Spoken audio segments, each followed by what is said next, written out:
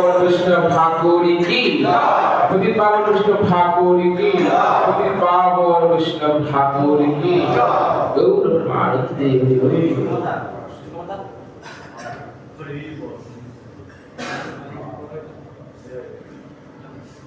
दशा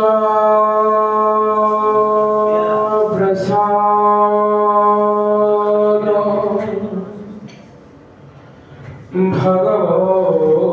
भगवत प्रसाद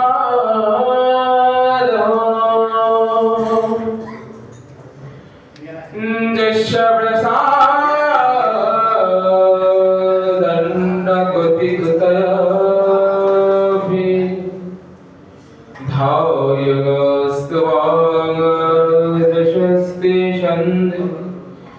बंधे गुरुश्री चरणारविंद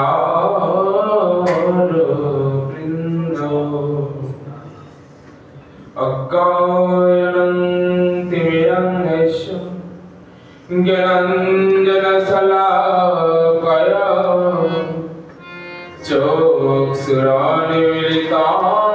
येन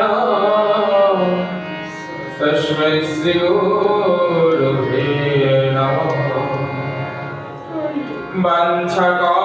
वंशकालपतनवाश्च कृपासिन्धवैव च पतितानां पावनेभ्यो वैष्णवेभ्यो नमो नमः आनन्दलीलामय विग्रहाय हेमावदिदिव्यच्छविसुन्दराय तस्मै महाप्रेमरसप्रदायते श्रीचैतन्यचन्द्राय नमो नमः मूलिकङ्करतिवाचलं पुण्यग्रन्थायते गिरिनिजगमीपादमहं वन्दे परमानन्द माधवम् हे कृष्ण करुणा सिंधु दीनबन्धु जगत्पते गोपेश गोपिकान्त राधाकान्त नमोस्तुते तप्तकाञ्चन गौराङ्गी राधे काय वृन्दावनेश्वरी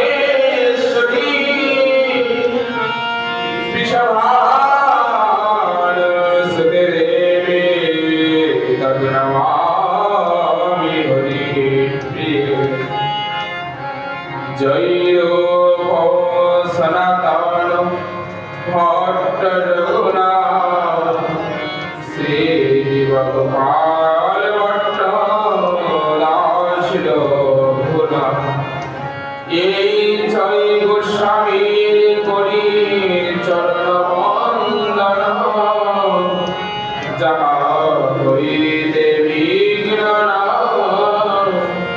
ভবিষ্য পূরণ এই জয় গোসাই প্রভু মোরে কর দয়া আমি চরণে শরণ নিলাম দাও পদছায়া গ্রন্থের আরম্ভে করি মঙ্গলাল চরণে গুরু বৈষ্ণব ভগবান তিরে স্মরণে হয় সর্ববিঘ্ন বিনাশ অনাহার সে হবে নিজ বাঞ্ছিত পূরণ কৃষ্ণ বলে কাদদেব কৃষ্ণ বলে কাদ কৃষ্ণ বলে রাখজি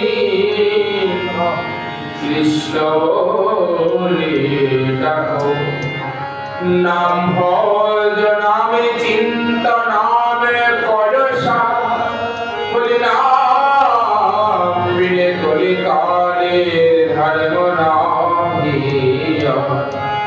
যে নাম সেই কৃষ্ণ ভজ নিষ্ঠা করি নামে রস গীতে আছে আপনি শ্রী হরি वृंदाय तुलसी देव प्रियाय केशव सच विष्णु तेरे देवी सत्यव्रते नमो नमो जय जय श्री कृष्ण चैतन्य प्रभु नित्यानंद श्री अद्वैत गदाधर शिवासादि गौर भक्त वृंद हरे कृष्ण कृष्ण कृष्ण हरे हरे हरे राम राम राम हरे हरे गौरंग जय जय भक्त गोष्ठी संग सुनीले भागवत कथा भक्ति लाभ भयो जय राधे श्री राधे संगाय गौर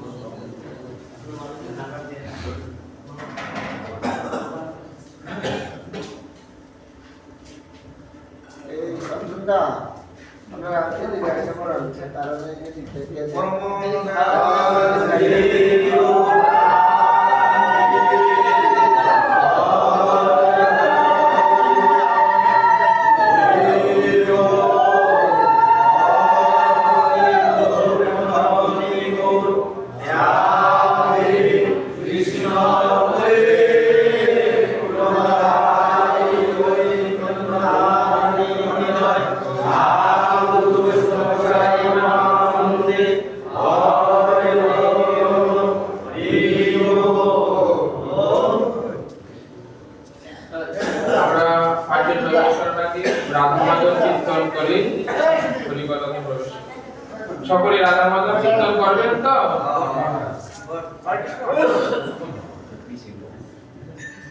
জয় রাধা সকলে রাধা মাধব কীর্তন করবেন তো সকলে একসাথে হ্যাঁ বাহু সকলে দুবাহু প্রসারিত করে হাতে করতালি দিয়ে আমরা রাধা মাধব কীর্তন করব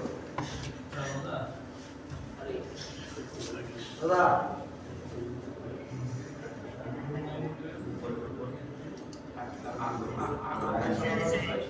আমি বুঝে না আচ্ছা অল্প করে জয় রাধা মাধব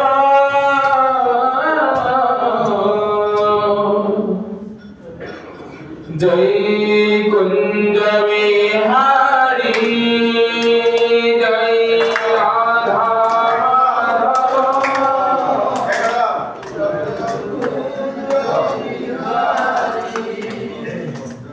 जय राधा माधव जय कुंज बिहारी जय राधा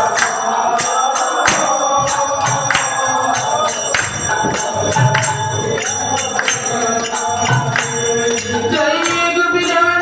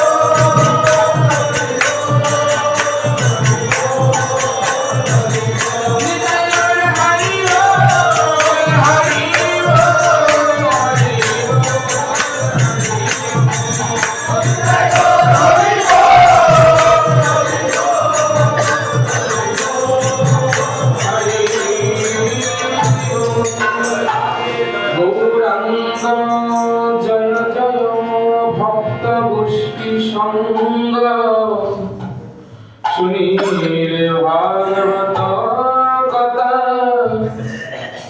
ভক্তি লাভ হলো। বাণময়ী প্রতিমূর্তি, বাণীময়ী প্রতিমূর্তি, শব্দময়ী প্রতিমূর্তি ভাগবতম কথা। সর্বাগ্রে যার কৃপায়, যার করুণায়, যার করুণা হলে মূর্খ ব্যক্তি বাচলতা ফিরে পায়, কুলঙ্গ ব্যক্তি পর্বতে আরোহণ করতে পারে, সেই পরম দয়াল পরম বন্ধু শ্রী গুরু পাদপদ্মে জানাই অন্তরে ধন্যবাদ প্রণাম। উপস্থিত ভক্তিমতী মা ও বাবারা, আপনাদের সকলের আধুল আদলচরণে অধমের অনন্ত ধন্যবাদ প্রণাম। অর্ধকার শচীনন্দন জগন্নাথ মিশ্র শচীসুত গৌরহরি অশেষ বিশেষ অনুকম্পায়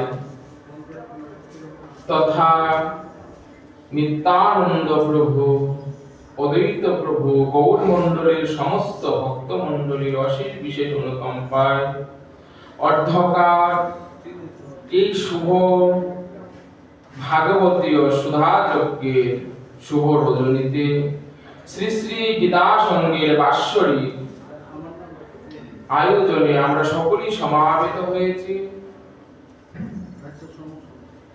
মহাপ্রভুর অহেতুকী কৃপার কারণে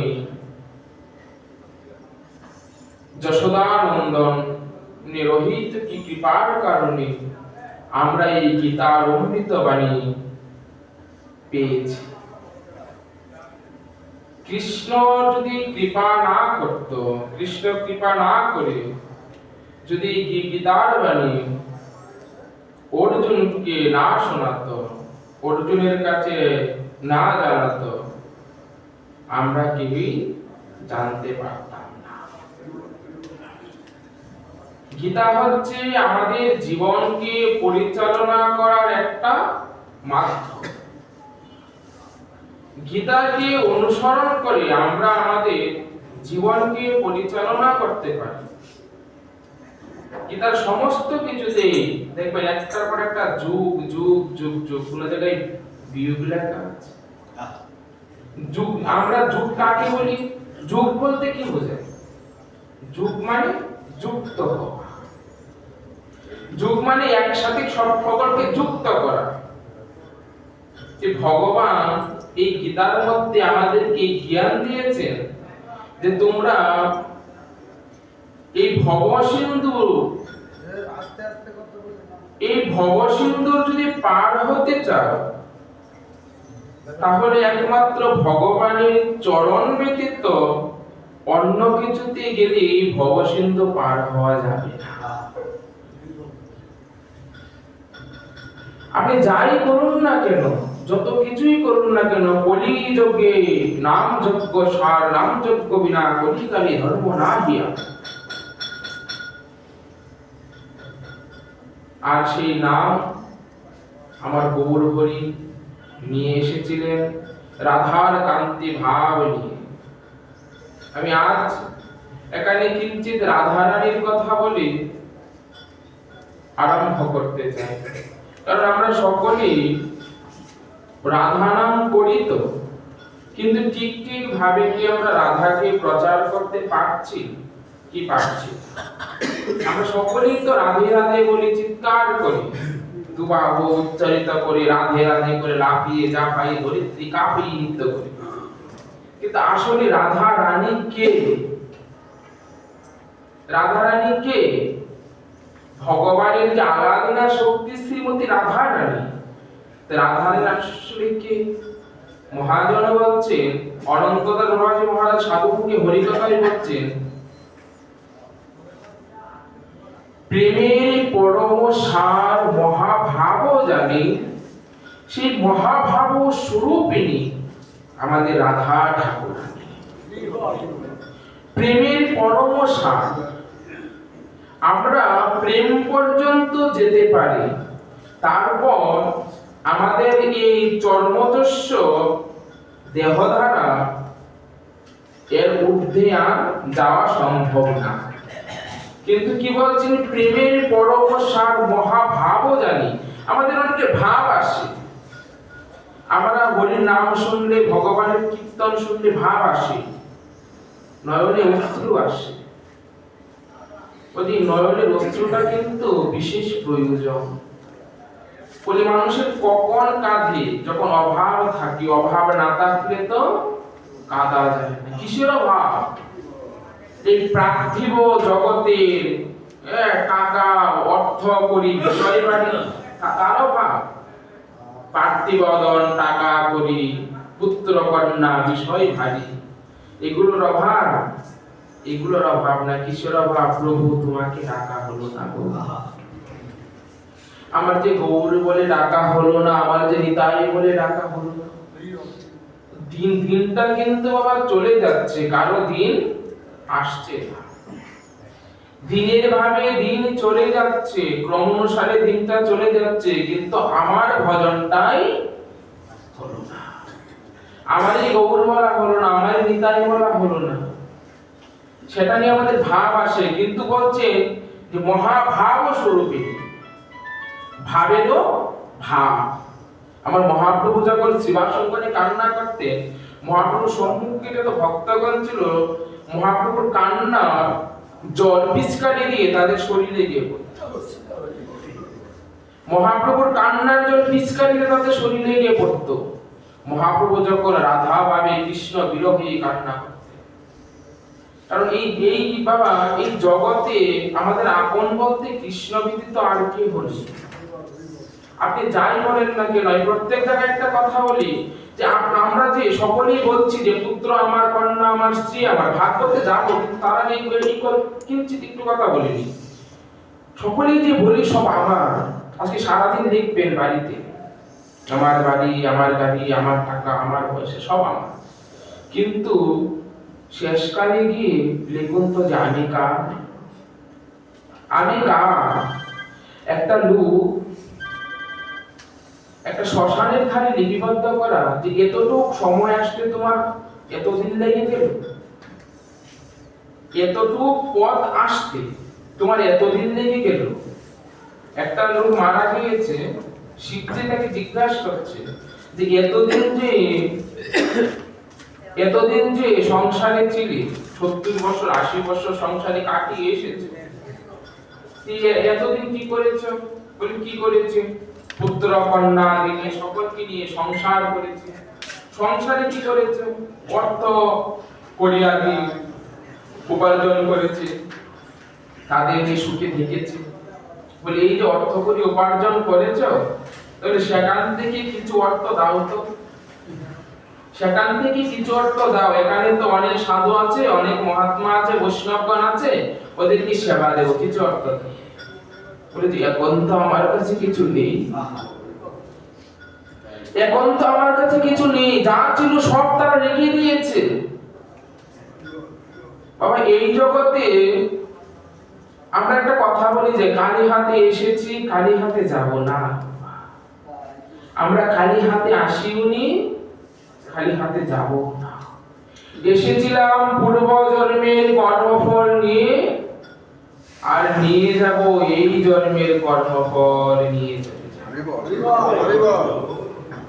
আমার কর্ম কখনো আমার পিছু ছাড়বে না। মানুষ কখন মুখ্য লাভ করে? যখন এই মায়াবদ্ধ জীবে তাহার আর কোনো ধর্ম, অর্থ, কাম্য অর্থ, ধর্ম, ধর্ম, অর্থ, কাম্য, মুখ্য, এই যে চারটা বিষয়, যে মুখ্যটা লোকের কখন আসে? যখন ব্রহ্মের সঙ্গে লীন হয়ে যায়। ব্রহ্মের সঙ্গে যখন লীন হয়ে যাবে, তখনই জীব মুখ্য লাভ করবে, তা ব্যতীত মুখ্য লাভ না। মুখ্য লাভ কি? একটা স্থায়ী সমাধান। জন্ম, মৃত্যু, জরা ব্যাধির একটা স্থায়ী সমাধান, যেমন আর জন্ম হবে না, আর মৃত্যু হবে না, আর জরা হবে না, আর ব্যাধি হবে না। এই মায়ার জগতে আসতে হবে না। সেটাই হচ্ছে মুখ্য লাভের মুখ্য উদ্দেশ্য। কিন্তু এখানে বলছে যে মহাপ্রভু এসে বললেন যে চারটা কপটতা, এগুলোতে ফেসে যেও না। এগুলোতে ফেসে গেলে তোমার মুখ্য লাভ হবে কি, কিন্তু কোনোদিনও ভগবত প্রাপ্তি হবে না, কোনোদিনও ভগবানের চরণ পাওয়া হবে না। তা আমরা কোথায় ছিলাম, যে রাধারানীকে কিভাবে জানবো? অনন্ত বাবাজি মহারাজ বলছে যে রাধারানীকে জানতে হলে চারটা জিনিস আগে জানতে হবে। শরীর, আত্মা, পরমাত্মা, রাধা। এটা কি আপনাদেরকে বলেছিলাম আর না? আচ্ছা, শরীর, আত্মা, পরমাত্মা, রাধা, এই চারটা জিনিস জানতে পারলে আপনি রাধারানীকে জানতে পারবেন। শরীর কি? ধরেন এই যে গ্রন্থটা, এটা কি? একটা জড় বস্তু, তো এবার জড় বস্তুর তো কোনো লাভ নেই, এটা তো পড়ে থাকবে, জড় বস্তু পড়ে থাকবে, জড় বস্তু কি চলাচল করতে পারে না। কিন্তু এবার যে দুধছে, তো জড় বস্তু তো দুধছে কেন? চেতন হস্ত তাকে দুলাচ্ছে বিদায় সে দুধতে পারছে। কে দুলাচ্ছে? চেতন হস্ত। তার শরীরটা কি? কথাগুলো ভাবার চেষ্টা করো। আমার শরীরটা কি? একটা জড় বস্তু। শরীরটা জড় বস্তু। এই শরীরের কোনো মূল্য নেই যদি তার মধ্যে চৈতন্য না থাকে। চৈতন্যকে চেতন আত্মা, চেতন আত্মার দ্বারা আমার এই দেহকে পরিচালনা করছেন, চেতন আত্মার দ্বারা। যেমন এই কাঁটাটা চেতন হস্ত তোলাচ্ছে, আমার এই শরীরটাকেও আত্মা চলাচ্ছে। যখন আত্মা চলে যাবে এই শরীরের কোনো মূল্য থাকবে না। যে আত্মা চলে গেলে যে শরীরের মূল্য থাকে না, এই শরীরে কি সেই মহাভাব স্বরূপিনী মহাভাবটাকে জাগানো সম্ভব?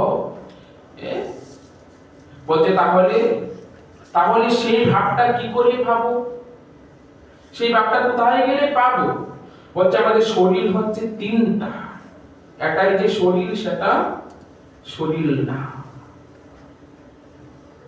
একটা সূক্ষ্ম শরীর, একটা স্থূল শরীর, আর একটা হচ্ছে গুরু প্রদত্ত মঞ্জুরি স্বরূপা শরীর। বলতে সূক্ষ্ম শরীর কি, স্থূল শরীর কি, আর গুরু প্রদত্ত মঞ্জুরি স্বরূপা শরীরটাই কি? একটা হচ্ছে আমাদের এই যে শরীরটা, আমরা অনেকে স্বপ্নে দেখি না? স্বপ্নে দেখি তো রাত্রে হাত পা চুচুরাচুরি করছে, আকাশে উঠছে, ভূতে দৌড়াচ্ছে, পাগলে দৌড়াচ্ছে, দেখি তো স্বপ্ন। তাহলে শরীর তো বিছানায় শুয়ে আছে, তাহলে ওটা কি? ওটা কোথায় যাচ্ছে? বলতে একটা স্থূল শরীর, একটা সূক্ষ্ম শরীর। সূক্ষ্ম শরীরে আমরা ঘুরে বেড়াচ্ছি।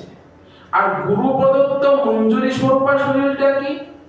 সেটা হচ্ছে যদি কোনো ভজন অনুরাগী রাধা মাধবের যুগল ভজন উপাসক মঞ্জুরি স্বরূপা ব্রজ একনিষ্ঠ শ্রী গুরু মহারাজের পাদপদ্মে গিয়ে যদি কোনো শিষ্য যুগল ভজনের উপাসনা করতে গিয়ে গুরু প্রদত্ত কোনো দেহ প্রাপ্ত হয়, তাকেই মঞ্জুরি স্বরূপা তাকেই বলে। সেই দেহটা কোনো পুরুষ দেহ নয়, কোনো নারী দেহ নয়, নারী পুরুষের ঊর্ধ্ব দেহ। সেটা কি? ভাবের দেহ। সেই দেহটাতে আপনি সেখানে চিন্তনে সেই দেহেতে যাবেন, চিন্তা করে। আপনাদের এখানে হয়তো একদিন বলেছিলাম দুঃখী কৃষ্ণ দাসের কথা, মনে আছে বাবা? দুঃখী কৃষ্ণ দাস, শ্যামানন্দ, আমার মনে আছে। অনেকেই ছিল এখানে, তো মনে নেই। ভাগবতে আসলে ভাগবত কেন শুনবো আমরা?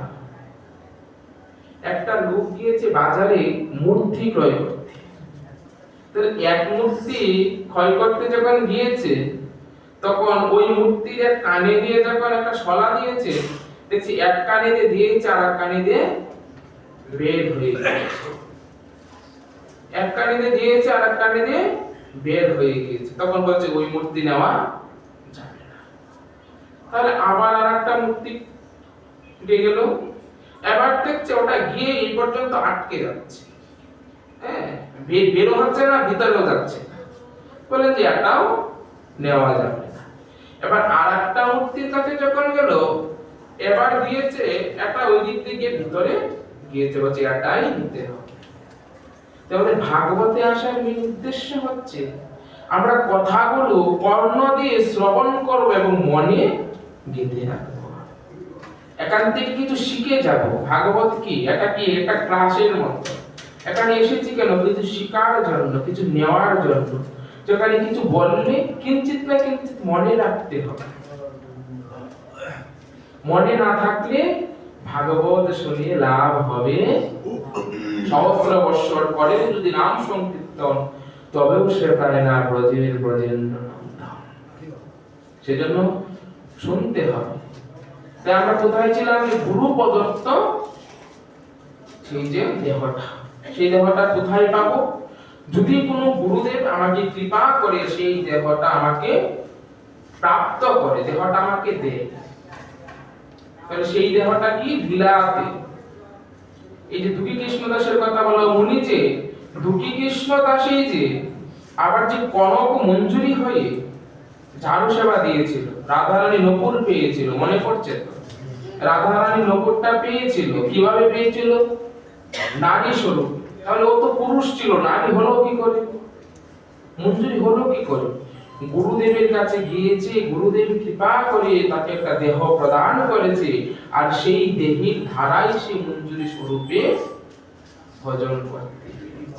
তাহলে আমাদের এই জগতে এই প্রাকৃত নায়ক নায়িকার রস নেওয়া সম্ভব, কিন্তু সেই ভাগবতীয় রস আমাদের নেওয়া সম্ভব না, এই দেহর দ্বারা সম্ভব না। ওই রস নিতে হলে ওই দেহের প্রয়োজন। পেয়েছি তো ওই দেহ, আছে তো ওই দেহ পাওয়া খুব গুরুত্বপূর্ণ। বলছে যে ওই দেহ, তারপর আত্মা। আমরা কয়টা বলেছিলাম রাধারানীকে জানতে হলে? দেহ, আত্মা, পরমাত্মা, রাধা। তো দেহ থেকে আত্মা পর্যন্ত গিয়েছি। তাহলে দেহ কার দাসত্ব করছে? দেহ কার দাসত্ব করছে? আত্মা। দেহকে কে চালাচ্ছে? আত্মা চালাচ্ছে। তাহলে দেহ কার কার দাসত্ব করছে? আত্মার দাসত্ব করছে। তাহলে দেহ আত্মার দাসত্ব করছে, আত্মা কার দাসত্ব করছে? আত্মা কার দাসত্ব করছে? আত্মা পরমাত্মার দাসত্ব করছে। পরমাত্মাকে অখিল ব্রহ্মাণ্ডের কুলনায়ক ত্রিভঙ্গ মুরারি আমাদের যশোদানন্দ, উনি হচ্ছেন পরমাত্মা, যার দাসত্ব করছেন আত্মা। যে বস্তুটা যেখান থেকে সৃষ্টি হয়েছে,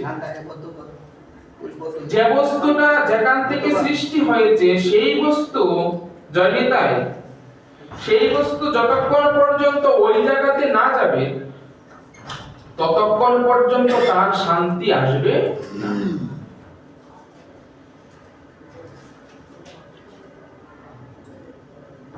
একটা বস্তু যেখান থেকে সৃষ্টি হয়েছে যতক্ষণ পর্যন্ত সেই জায়গায় না যাবে, সেই জায়গায় মিলিত না হবে, ততক্ষণ পর্যন্ত তার শান্তি হবে না। ধরুন যে এই যে প্রদীপটা জ্বলছে, ওই প্রদীপটা আপনি যতই নিচ করে রাখুন না কেন, ও কি নিচ দিকে থাকবে? থাকবে নিচ দিকে। ও কি করবে? উপর দিকে দাহিত করবে, কারণ তার উৎপত্তি কোথায়? উপর থেকে, সূর্য থেকে তার উৎপত্তি। সেই জন্য সে উপর দিকে যাচ্ছে, উপর দিকে দাহিতমান হচ্ছে। ধরুন যে জল আপনি ঢালেন, যদি এটা কি ঊর্ধ্বগামী হবে না নিম্নগামী হবে? নিম্নগামী, কারণ তাহার সৃষ্টি সমুদ্র থেকে, তাই তো? যতক্ষণ পর্যন্ত সমুদ্র পৃষ্ঠে না যাবে ততক্ষণ পর্যন্ত তার শান্তি নেই। তদ্রূপ আমাদের এই আত্মার সৃষ্টি পরমাত্মা থেকে, যতক্ষণ পর্যন্ত আমরা পরমাত্মার সঙ্গে মিলিত না হব ততক্ষণ পর্যন্ত আত্মার উদ্ধার হবে না। ততক্ষণ পর্যন্ত আত্মার উদ্ধার হবে না। সেই জন্য আমাদের পরমাত্মার সঙ্গে কিভাবে মিলিত হওয়া যায় সেটা জানতে হবে। তো পরমাত্মা কার দাসত্ব করছে? রাধারানী দাসত্ব জানলেন কি করে? সিরিয়ালে আসলেই তো হবে না।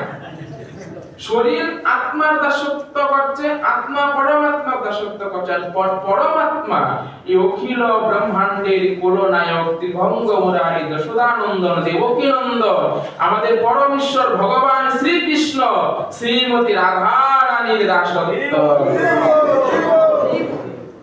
যতক্ষণ পর্যন্ত রাধা রানী না থাকবে, রাধা ছাড়া গোবিন্দ আধা, রাধা ছাড়া গোবিন্দ কখনো সম্পূর্ণ না, কখনো না।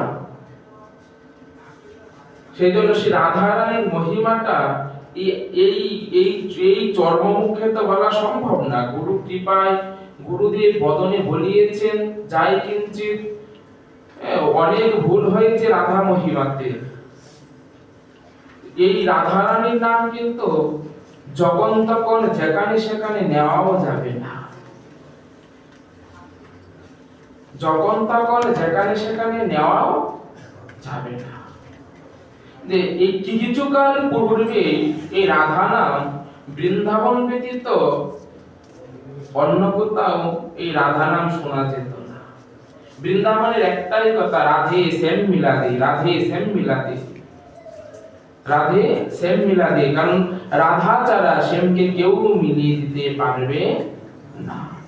যখন বৃন্দাবনের মহারাজরা বললেন যে যখন সেই গুপ্ত রহস্য যখন মুক্ত হলো যে কৃষ্ণকে পেতে হলে রাধা রানীর অনুগত্যে গিয়ে ভজন করতে হবে, তা ব্যতীত কৃষ্ণকে পাওয়া যাবে না, তখনই বিশ্ব ব্রহ্মাণ্ডের সকল জায়গায় বৃন্দাবন থেকে ছড়িয়ে গেল যে রাধা রানীর অনুগত্যে ভজন, রাধা রানীর অনুগত্যে ভজন করো। সেই রাধা রানীর অনুগত্যটা আছে তো, রাধা অনুগত্যে আছি তো, সেটা নিজেকে প্রশ্ন করবেন যে রাধা অনুগত্যে থেকে আমি কি ভজন করতে পারছি কি পারছি না। এগুলো তত্ত্ব কথা, এগুলো তো রস নেই, কিন্তু তবুও শুনতে হবে, রস না থাকলেও শুনতে হবে, কারণ এগুলো আমাদের জীবনের একান্ত প্রয়োজন। কেন রাধে রাধে বলে চিৎকার করব? রাধা রাধা কে বলে? ওই রাধা নামে যদি শুয়োপোকাটা প্রজাপতি হতে পারে, প্রজাপতি থেকে মানুষ হয়ে যদি গোলকে চলে যেতে পারে, আমার মতো মূর্খ যদি একদিনও রাধা নাম উচ্চারণ করি, আমারও রাধা রানী কৃপা করলে গোলকে বাস হতে পারে।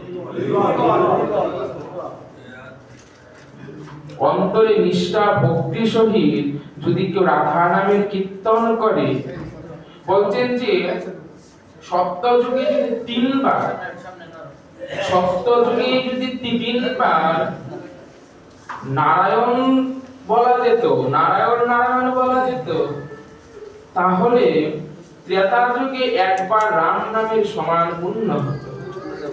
সপ্তযুগে তিনবার নারায়ণের নাম, ত্রেতা যুগে একবার রাম নাম নিলেই সেই পুণ্য হয়ে যেত। এবার বলছে যে ত্রেতা যুগে তিনবার রাম নাম নিলে যত পুণ্য হয়, একবার শ্রীকৃষ্ণের নাম নিলে তত পুণ্য হয়। রাম নাম তিনবার নিলে যে পুণ্যটা আপনার হবে, একবার কৃষ্ণের নাম নিলে সেই পুণ্যটা হয়ে যাবে। এবার মহাপ্রভু এসে বললেন যে সহস্রবার যদি কৃষ্ণের নাম নাও তাহলে যে পুণ্য হবে, একবার শ্রীমতী রাধা রানীর নামে সেই পুণ্য হয়।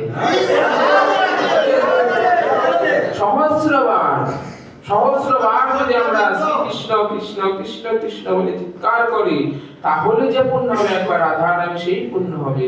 কিন্তু কৃষ্ণ নামকে বাদ দেওয়াও যাবে না, কৃষ্ণ বলতে হবে, হরে কৃষ্ণ মহামন্ত্র জপ করতে হবে, কিন্তু তারপরেও রাধা নাম নিতে,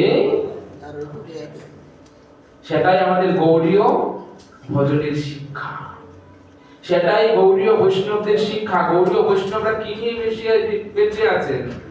মহাপ্রভুর চরণ আর রাধা রানীর চরণটা নিয়েই বেঁচে আছে।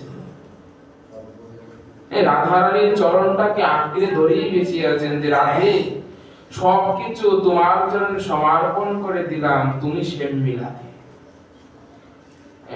কারণ বৈষ্ণবদের তো জগতে আর কিছু চাওয়ার নেই, যে জীবন যৌবন সমস্ত কিছু তোমাকে অর্পণ করলাম, শেষের দিনে তুমি পারগাটির পানি করি। এই যে তো নাম করছে, নাম করে কি লাভ? প্রশ্ন জাগে না বাবা মানে, যে এই যে তো হরিনাম করছি, হরিনাম শুনছি, নাম করার ফল কি? নাম করলে কি হবে? তদ্রূপ এই প্রশ্নটা এক বুড়ি মায়ের মনে জেগেছে। একদিন দেবশ্রীপাদ নারদ মর্তলোকে এসেছেন, বহুদিন পর মর্তলোকে এসেছেন। জয় নিতাই, আর কথারই কথা। একদিন দেবশ্রীপাদ মর্তলোকে এসেছেন, বলছেন যে মর্তের কি অবস্থায় একটু দেখে আসি। ওই বলে যখন মর্তে এলেন, এক বুড়িমা সেখানে তাকে জিজ্ঞাসা করছেন, ওহে দেবশ্রী, আপনি তো সব সময় ভগবানের সাথে থাকেন, সব সময় আপনার ভগবানের সাথে কথা হয়, তাহলে আমার মনে একটা প্রশ্ন আছে, আপনি যদি সেই প্রশ্নটা ভগবানকে করতেন আর যদি উত্তরটা এনে আমাকে দিতেন, উত্তরটা যদি আমাকে এনে দিতেন, তাহলে আমার মনটা খুব শান্ত হতো। এই পাঠের পর আমিও একটা প্রশ্ন করব। বাবা বলেছে 10টার মধ্যে ছেড়ে দিতে, যদি প্রশ্নের উত্তর না পাই সারা রাত্র বসে থাকবো আপনাদের বসে। মন দিয়ে শুনবেন এবং প্রশ্নের উত্তরটা ঠিক ঠিক দেবেন। প্রশ্নটা হচ্ছে, বুড়িমা প্রশ্ন করছে যে হরি নাম করলে কি হয়, হরির নাম করলে তার শেষ গতি কি হয়, শেষে তার অন্তিমে তার গতিটা কি হবে, সেটা আমার জানার খুব প্রয়োজন।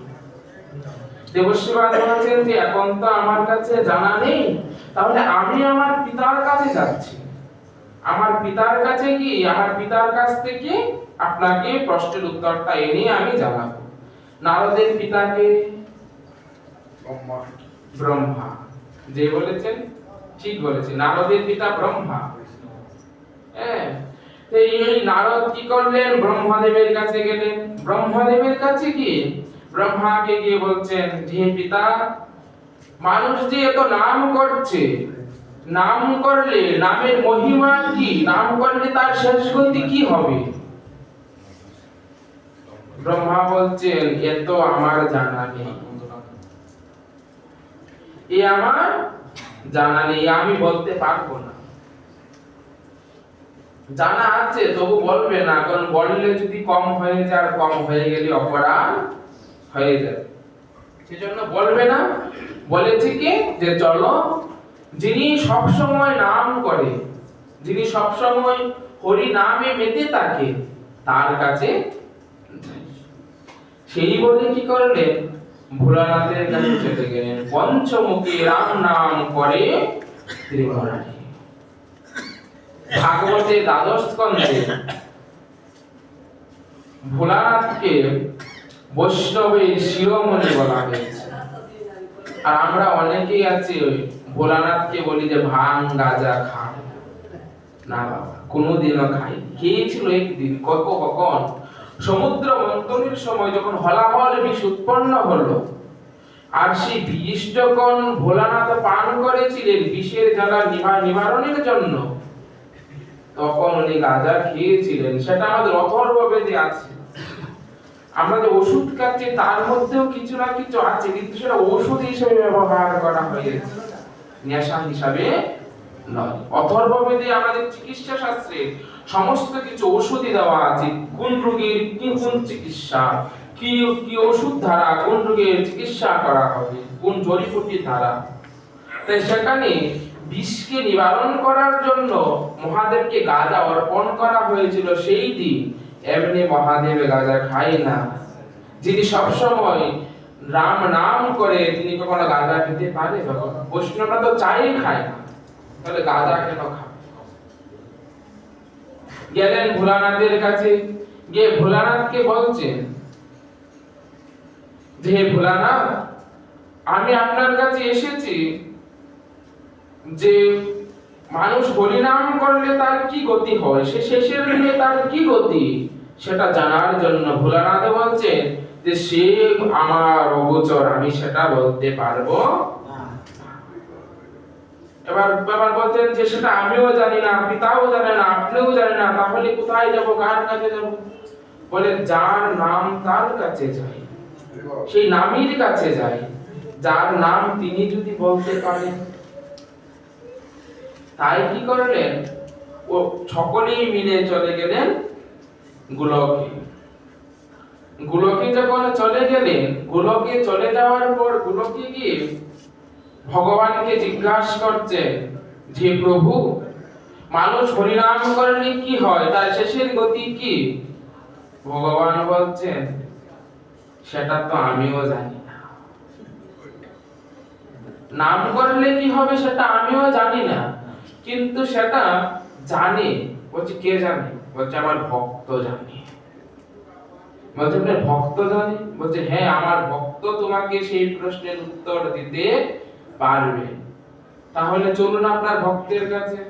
বলে যাবে? বলছেন বলে তাহলে এই রূপে গেলে চলবে না, সকলে রূপ পরিবর্তন করতে হবে। তাই কি করলেন, চারজন চার ব্রাহ্মণ রূপে চলে গেলেন। কোথায় যাবেন? মথুরা নগরে। সেই মথুরাতে, যেখানে ভগবান শ্রীকৃষ্ণের জন্ম হয়েছিলেন, সেই মথুরাতে অবন্তী নগরে সান্ধিপনি মণির গৃহে। সান্ধিপনি মণিকে চিনেন তো? বলুন তো কে? ভগবান শ্রীকৃষ্ণের গুরুদেব সান্ধিপনি মণি। সেই সান্ধিপনি মণির গৃহে আর যাবেন তারা চারজন। বলছেন যে সান্ধিপনি মণি অনেকদিন ধরে কান্না করছেন আর বলছেন প্রভু দেখা দাও, প্রভু দেখা দাও, প্রভু দেখা দাও। ভগবানের সম্মুখে গিয়ে খুব কান্না করে যে প্রভু আমাকে দেখা দাও, দেখা দাও। ভগবান ভাবছেন যে ভগবান তো অতি সহজে কাউকে দেখা দেয় না।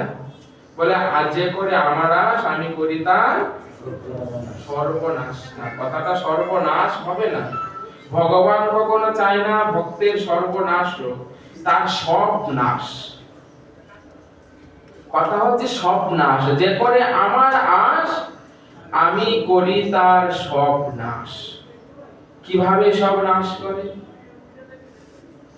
বলে যে বস্তুটা আপনার কাছে সবচেয়ে প্রিয় তাকেই আপনার কাছ থেকে কেড়ে নেবে। ভগবান ভক্তের প্রিয় বস্তু কেড়ে নিতে ওনার খুব আনন্দ হয়। কারণ কেন? ভগবান ভাবে যে তোমার কাছে আমি প্রিয়, তোমার কাছে আমি প্রিয়, আমার থেকে আর কেউ তোমার কাছে প্রিয় হতে পারে না। সেজন্য প্রিয় বস্তুটা ভগবান কেড়ে নেয়। আমাদের দেখুন, আমরা ভগবানের পথে আসতে চাই না, যেতে চাই না, সংসারে সংসার সংসার করে। কিন্তু যে একবার টান দিয়েছেন ভগবান, যাকে একবার টান দিয়েছেন, কোনো কিছুই তাকে আটকে রাখতে পারেনি। মনে আছে তো রঘুনাথ দাস গোস্বামীর কথা? রঘুনাথ দাস গোস্বামীর কথা মনে আছে? তৎকালীন সময়ে ওনাদের বাৎসরিক আয় ছিল 12,000 স্বর্ণ মুদ্রা।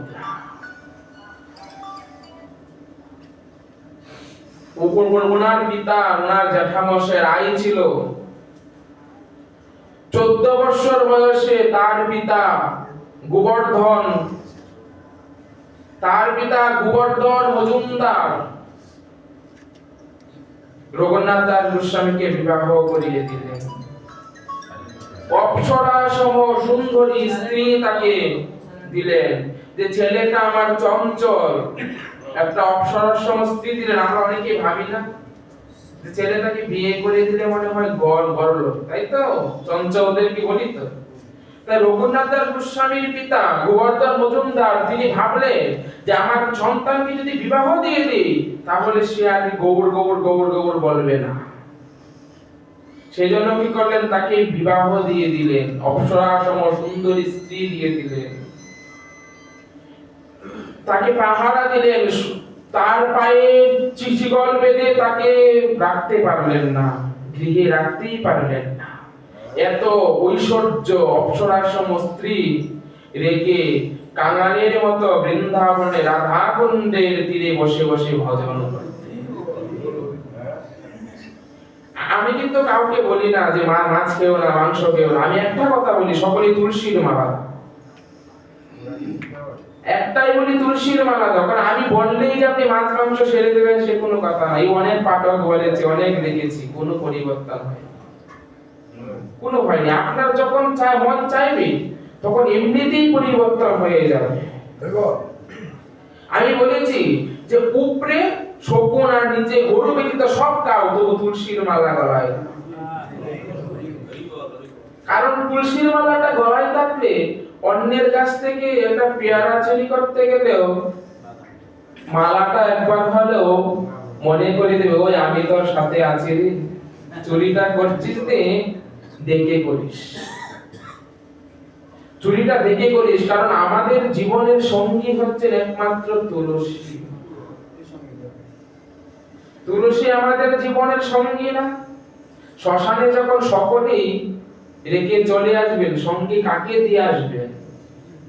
তুলসীকে। একটা তুলসীর বৃক্ষ তো রোপণ করে দিয়ে আসবেন। বলে শ্মশান হবে শেষ বিছানা রঘুভূমি, সেটাই আমাদের সকলের শেষ ঠিকানা। আমি যাব না, ওইদিকে যাব না, আমরা লীলাতে চলে যাই। তাই কি বলছেন যে ওই গোবর্ধন মজুমদার তাকে বিবাহ দিয়ে দিলেন, স্ত্রী সম অপ্সরা সম সুন্দরী স্ত্রী দিয়ে দিলেন, তবু রাধা কুণ্ডে বসে বসে ভজন করতেন। রৌদ্রের তাপ তার গায়ে লাগতো বলে আমার করুণাময়ী শ্রীমতী রাধা রানীর আঁচলটা দিয়ে রঘুনাথকে ছাতা দিয়ে ঢেকে রাখতেন। রাধা রানী ছাতা দিয়ে রঘুনাথকে ঢেকে রাখতেন, যে যেন রঘুনাথের গায়ে যেন সূর্যের তাপ না লাগে। রাত্রি হলে ভগবান লাঠি নিয়ে দাঁড়িয়ে থাকতেন। বৃন্দাবন তো এখনকার বৃন্দাবন আর তখনের বৃন্দাবন কিন্তু এক ছিল না। তখনকার বৃন্দাবন ছিল ঘন জঙ্গলময়, সেখানে সিংহ ভাগ যত হিংস্র পশু ছিল সকলের বাস ছিল। এবার ভগবান রাত্রে লাঠি নিয়ে দাঁড়িয়ে থাকতেন আর পাহারা দিতেন, যেন রঘুনাথকে যেন কোনো পশু এসে স্পর্শ না করতে পারে, তার জন্য কোনো ক্ষতি না হয়। মহাপ্রভু প্রতিদিন রঘুনাথের জন্য প্রসাদ পাঠিয়ে দিতেন। একদিন জীব গোস্বামী বলছেন, সনাতন গোস্বামী বলছেন যে রঘুনাথ, তুমি বৃন্দাবনে কেন এসেছো? তুমি কি তাদের ভজন করতে এসেছো, না তারা তোমার ভজন করার জন্য দাঁড়িয়ে আছে? তুমি কি ভজন করছো, না লোককে দেখাচ্ছ যে রঘুনাথ গৃহ করবে না, সংসার করবে না, এখানে বসে আছে?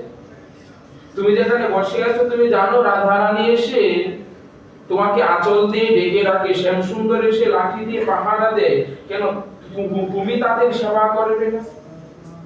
তুমি তো তাদের সেবা করবে, তাদের সুখের জন্যই তো তুমি এসেছো। দেখেন তো তুমি তাদের কাছ থেকে সুখ নিচ্ছ। সেদিন জীব গোস্বামীর এই সনাতন গোস্বামীর কথায় রঘুনাথ দাস গোস্বামী একটা কুটির করেছিলেন রাধা কুণ্ডের তীরে। সে বিচিত্র কুটির করতে চায়নি। যত ছিল লালা বাবু, জগৎ শেঠ, শত শত অর্থের মালিক, আমাদের রূপ গোস্বামী সনাতন, নিজের জয় রূপ সনাতন বলে, তারা কি ছিলেন? একজন অর্থমন্ত্রী, একজন প্রধানমন্ত্রী ছিলেন।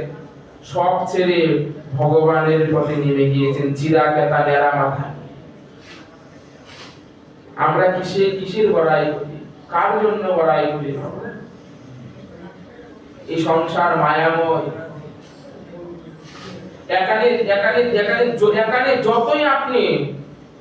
যতই আপনি আপন করবেন ততই পেঁচে পড়ে যাবেন। আর পেঁচে পড়ে দেখবেন যে চক্র গুহর মতো সেখানে ঢুকতে পেরেছেন, কিন্তু সেখান থেকে আর বের হতে পারবেন না। সেখান থেকে বের হতে পারবেন না। তাই মুক্ত মানব কোথায় যায়? ভগবানের পাদপদ্মে। আমাদের ভগবানের চরণটাই আমাদের কাছে সব, সেখানে যেতে হবে। সেখান পর্যন্ত, যতক্ষণ পর্যন্ত জীব না যাবে ততক্ষণ পর্যন্ত তার উদ্ধার হবে না, প্রথমেই সেটা বলেছি। আজ কি হচ্ছে, ভগবান বলছেন যে চলো শান্তিপনি মনির গৃহে যাই। এবার তারা চারজন ব্রাহ্মণ রূপে শান্তিপনি মনির গৃহে এসে উপস্থিত হলেন। আর ওইদিকে শান্তিপনি মনির একটা স্বভাব ছিল, উনি কিন্তু প্রতিদিন ভিক্ষা করত। প্রতিদিন ভিক্ষা করে উনি অতিথি সেবা দিয়ে তারপর উনি কিছু একটা ভোজন করত। প্রথমে অতিথি সেবা দিত, তারপর ভগবান সেবা দিয়ে তারপর নিজে কিছু গ্রহণ করত। তাই আজ কি হলো, আজ ওনার বাড়িতে সকালবেলায় তিনজন অতিথি এসেছেন। সকালবেলায় তিনজন অতিথি এসে প্রসাদ পেয়েছে। আর তিনজন অতিথি যখন প্রসাদ পেয়ে চলে গিয়েছেন, উনি আবার রন্ধন করে যখন ভগবানকে সেবা দিয়েছেন, সেবা দিয়ে ভোগটা ভগবানের সম্মুখে দিয়ে ভগবানকে বলছেন, দেখা দাও, দেখা দাও, দেখা দাও, দেখা দাও, দেখা দাও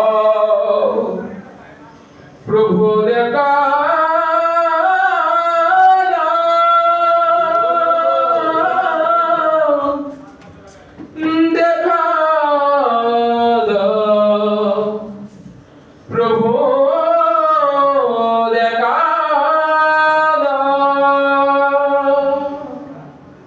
ভগবানের সম্মুখে কাঁদছে আর দেখা দাও, দেখা দাও বলে কান্না করছে। এমন সময় হঠাৎ করে বাহির থেকে একটা আওয়াজ আসলো, মণিবর, মণিবর গৃহে আছেন? বাবা, সাধারণ লোকের আওয়াজ আর ভগবানের আওয়াজ কি একরকম? মণিবর বাহিরে এলেন, বাহিরে এসে দেখছেন যে চারজন ব্রাহ্মণ দাঁড়িয়ে আছে। ওইদিকে যে ভগবানকে ভোগ দিয়েছিল সেটা নিবেদন করা হয়নি, এদিকে চলে এসেছেন। এসে দেখছেন যে চারজন ব্রাহ্মণ দাঁড়িয়ে আছেন। যখন ব্রাহ্মণ এসেছেন, উনি মনে মনে বলছেন, ব্রাহ্মণদেরকে বলছেন যে আজ আমার কত ভাগ্য, আজ শ্রীহরি আমাকে কত কৃপাই না করেছে। আমি সকালে তিনজন বৈষ্ণবের সেবা দিলাম, এখন আবার চারজন বৈষ্ণব এসেছে, গৃহে যা আছে তাই হয়ে যায়। ভিক্ষা করে সকালে যা এনেছিল, যা রন্ধন করেছে তার কিঞ্চিত আবার ছিল, বলে যে যা আছে তা দিয়ে চারজনের সেবা হয়ে যাবে। এই বলে তাদেরকে চরণ জল করেছে। এখানে একটা কথা বলে যায়, যদি মধ্যাহ্নকালে, মধ্যাহ্নকাল মানে দুপুর বেলা, যদি কারো গৃহে কোনো বৈষ্ণব কিংবা কোনো ভিখারিও যদি যায়, বাবা, তাকে কখনো শূন্য মুখে ফিরিয়ে দিবেন না। দুপুর আর সন্ধ্যা কোনো সময়ই না, কারণ আপনার গৃহ থেকে যদি কোনো বৈষ্ণব অভুক্ত বা ভিক্ষা না নিয়ে চলে যায়, ওই গৃহকর্তার সারা জীবনের অর্জিত পুণ্য ফল নিয়ে চলে যায়। আপনার গৃহে যত জনের অর্জিত পুণ্য ফল আছে সমস্ত কিছু নিয়ে চলে যায়। দুপুর বেলায় যদি কারো গৃহে বৈষ্ণব যায়, ঘরে কিছু না থাকলেও একটু জল হলেও, একটু বাতাসা হলেও দিবেন, যেটা গ্রহণ করে যান। আমার তো দেওয়ার মতো কিছু নেই, আমাদের দেওয়ার মতো কিছু আছে বাবা? এই জগতে কিছু আমাদের কিছু আছে? আমার বলতে কিচ্ছু নেই, সবই তার। আমরা এসেছি কিছু ভোগ করবো আর সব কিছু এখানেই রেখে যাব। তাহলে কেন বলবো আমার? আমি কেন দেব না অন্যজনকে? আর শান্তিপনি মণি বলছে যে যা ছিল তা দিয়ে সকলের সেবা হয়ে যাবে। ভগবান বলছেন এত সহজে এসেছি তো তোমাকে পরীক্ষা করবার জন্য, তাহলে এত সহজেই তোমাকে ছেড়ে দেব? এই বলে সমস্ত কিছু ভগবান হরণ করে নিলেন। এবার শান্তিপনি মনি যখন গিয়েছেন, গিয়ে দেখি ঘরের ভিতর কিছু নেই। ওনাদেরকে চরণচল করে ওনাদেরকে বসিয়ে যখন গিয়েছেন, গিয়ে দেখে ঘরের ভিতরে কিছু নেই।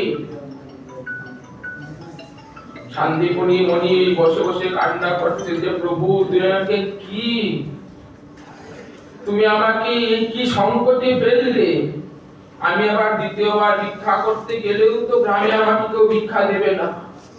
একবার যদি কেউ ভিক্ষা নিয়ে যাবে, আবার দ্বিতীয়বার আসলে তাকে কেউ ভিক্ষা দেবে না।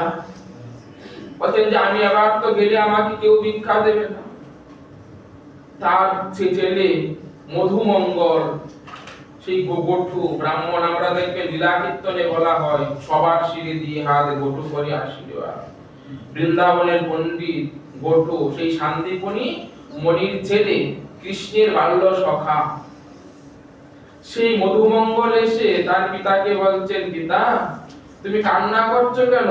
বলে আজ গৃহে যে 4 জন বৈষ্ণব এসেছেন, তাদেরকে কি দিয়ে সেবা করি, ঘরে তো কিছু নেই।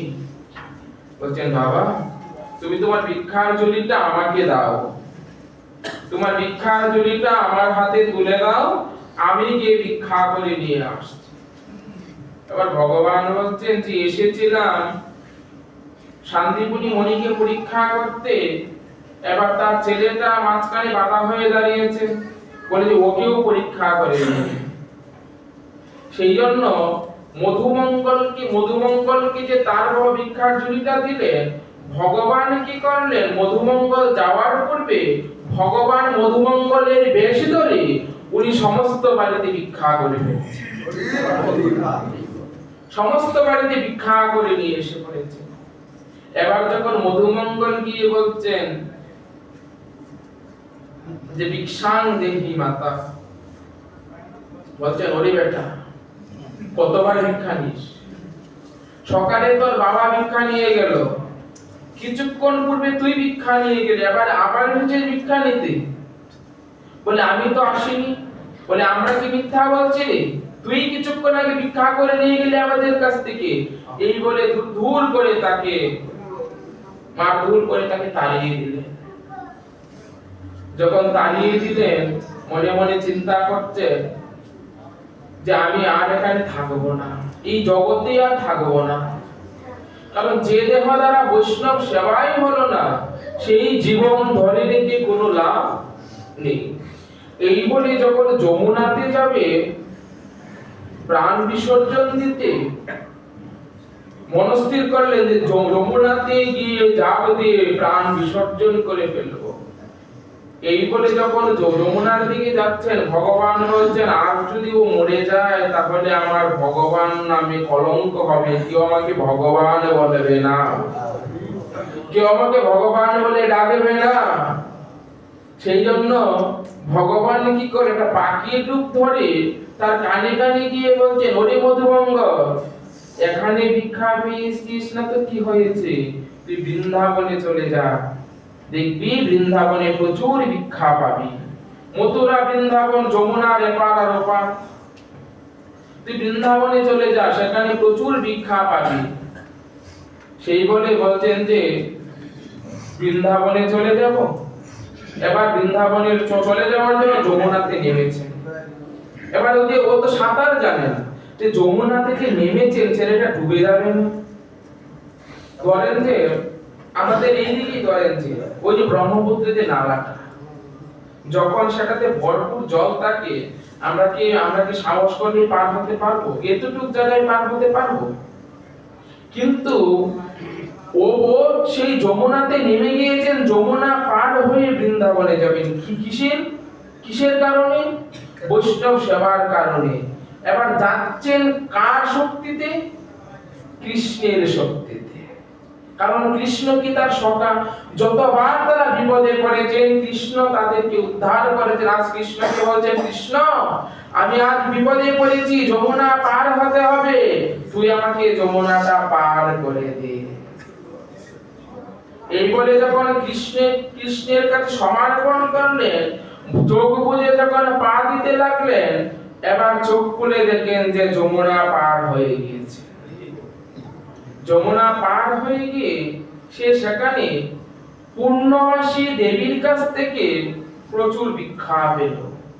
আমরা বলি না পূর্ণমাসী যোগমায়া, সেই পূর্ণমাসী দেবীর কাছ থেকে প্রচুর ভিক্ষা পেল। ভিক্ষা পেয়ে সেগুলো একটা পুটলিতে বেঁধে যখন পার হবে, পার হওয়ার সময় ভগবান কি করেছেন, সেখানে কুর্ম আকারে বসে আছে। ভগবান যমুনাতে কুর্ম আকারে বসে আছে। কুকুর্ম চিনেন তো? কুকুর্ম কি? অনেকে আবার কুমির বলে। কুমির না বাবা, কুর্ম হচ্ছে কচ্ছপ। আমাদের ভগবান একবার কচ্ছপ কান্ত, কচ্ছপ কান, কচ্ছপ কান না। কেন কান না? কেন কান না? বলে ভগবান একবার কচ্ছপ হয়েছিল, সেজন্য কচ্ছপ খায় না, তাই তো? আচ্ছা, তাহলে মাছ কান তো? মাছ কান তো? ভগবান তো মৎস্য হয়েছিল। ভগবানের প্রথম অবতারই তো মৎস্য অবতার। সপ্ত যুগে 5টা অবতার: মৎস্য, কুর্ম, বরাহ, নৃসিংহ, বামন। সেই 5টা অবতার। আর ত্রেতা যুগে কয়টা? ত্রেতা যুগে দুইটা অবতার। কি? এক পরশুরাম, দ্বিতীয়তে রাম। আর তারপরে একটা অবতার কে? না, বলরাম। কৃষ্ণ ভগবানের পূর্ণ অবতার, কিন্তু 10 অবতারের মধ্যে হচ্ছেন বলরাম। আর এই কলিযুগে কে? মহাপ্রভু অবতার হিসাবে আসেননি। কলিযুগে বৌদ্ধ। আর কলিযুগের শেষে একজন আসবে, তার নাম কি? কল্কি। সে যখন আসবে তখন আর রেহাই নেই। তখন আমাদের আর রেহাই থাকবে না। সেই জন্য আমাদেরকে প্রস্তুত হতে হবে। কারণ কল্কি অবতার জন্ম হওয়ার যে কিছু কিছু লক্ষণ আছে, সেগুলো কিন্তু দেখা দিচ্ছে। আর আমাদের ধর্মটা এমন, কখন জন্ম হবে, কিভাবে জন্ম হবে, কার ঘরে জন্ম হবে, সকল কিছু লিপিবদ্ধ করা আছে। কয়টা বিবাহ করবে, কয়টা সন্তান হবে, সব লেখা আছে। এখনো কিন্তু জন্ম হয়নি, তবু লেখা হয়ে গিয়েছে। ভাগবতে বলেছেন যে খেয়ে মরে, খাইয়ে মরে, নিয়ে মরে, দিয়ে মরে, শুনে মরে, বলে মরে, দেখে মরে, ভালোবেসে মরে। আমরা মরবো তো, মরতে হবে তো। আমরা মরবো যে, সেই মরার জন্য তো ভাগবতে বলেছেন যে কেউ আছে খেয়ে মরে, কেউ খাইয়ে মরে, কেউ নিয়ে মরে, কেউ দিয়ে মরে, কেউ শুনে মরে, কেউ বলে মরে, কেউ দেখে মরে, কেউ ভালোবেসে মরে। তাই তো? তাই এবার খেয়ে মরেছিল কে? খেয়ে মরেছিল জানেন? খেয়ে মরেছিল, গ্রন্থের বাইরে একটা কথাও যাবে না। খেয়ে মরেছিল বকাসুর।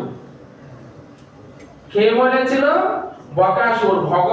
ভগবান যখন গোচরণে গিয়েছিল, তখন ভূবর্ষকে যখন খেতে চেয়েছিল, তখন ভগবান তাকে মেরে ফেলেছে। তাই কি করে মেরেছে? খেয়ে মরেছে। এবার খাইয়ে মরেছে, সেই দাপর যুগে। একটু ভাবুন, আপনারাই উত্তর দিতে পারবেন। খাইয়ে মরেছে, কে খাইয়ে মরেছে? পুতনা। স্তনে বিষ বলে নিয়ে গিয়েছিল। ভগবান এমন টান দিয়েছে যে তার জীবন পর্যন্ত বের হয়ে গেছে। তাই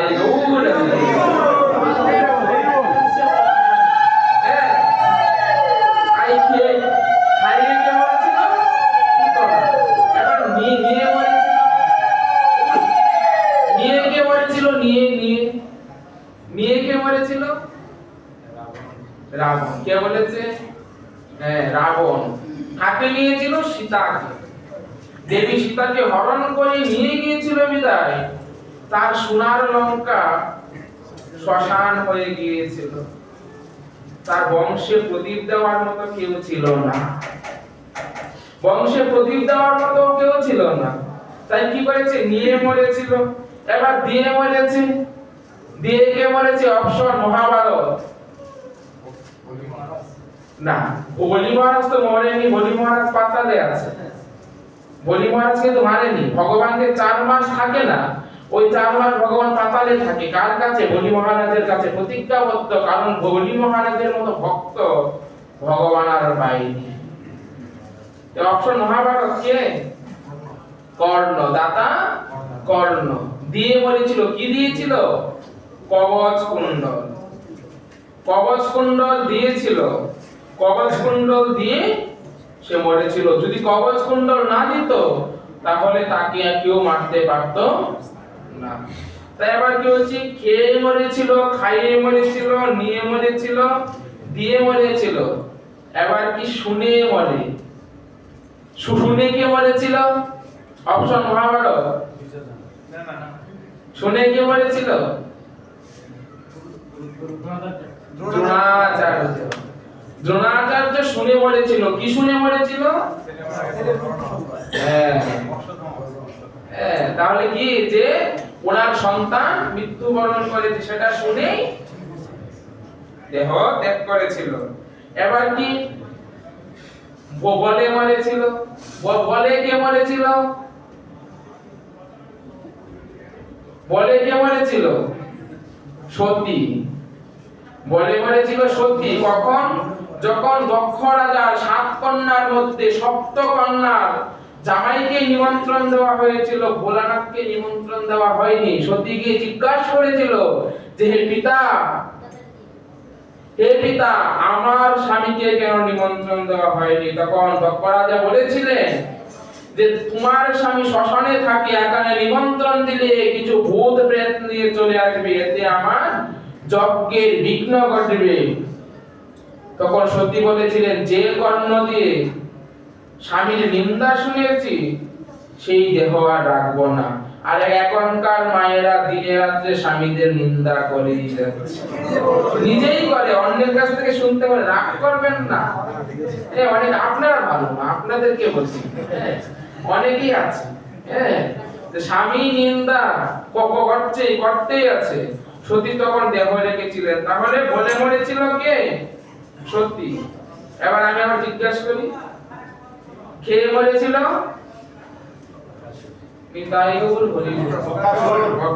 খাইয়ে মরেছিল? না। নিয়ে মরেছিল? রাবণ। দিয়ে মরেছিল? কর্ণ। শুনে মরেছিল? বলে মরেছিল?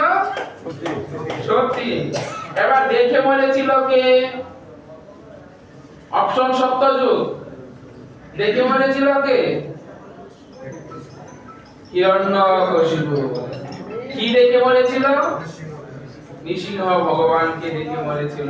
প্রহ্লাদকে এত অত্যাচার করলো, তবু প্রহ্লাদ নৃসিংহ ভগবানের চরণ ভুলে যায়নি। একদিন বলছে যে তোমার হরি কোথায় আছে? বলছে আমার হরি সব জায়গাতেই আছে। বলে এই ফটিক স্তম্ভের মধ্যে তোমার হরি আছে? বলে আছে। যখনই প্রহার করলো, নৃসিংহ অবতার সেখান থেকে বের হয়ে আসলো। যখন তাকে বধ করলো, ভগবান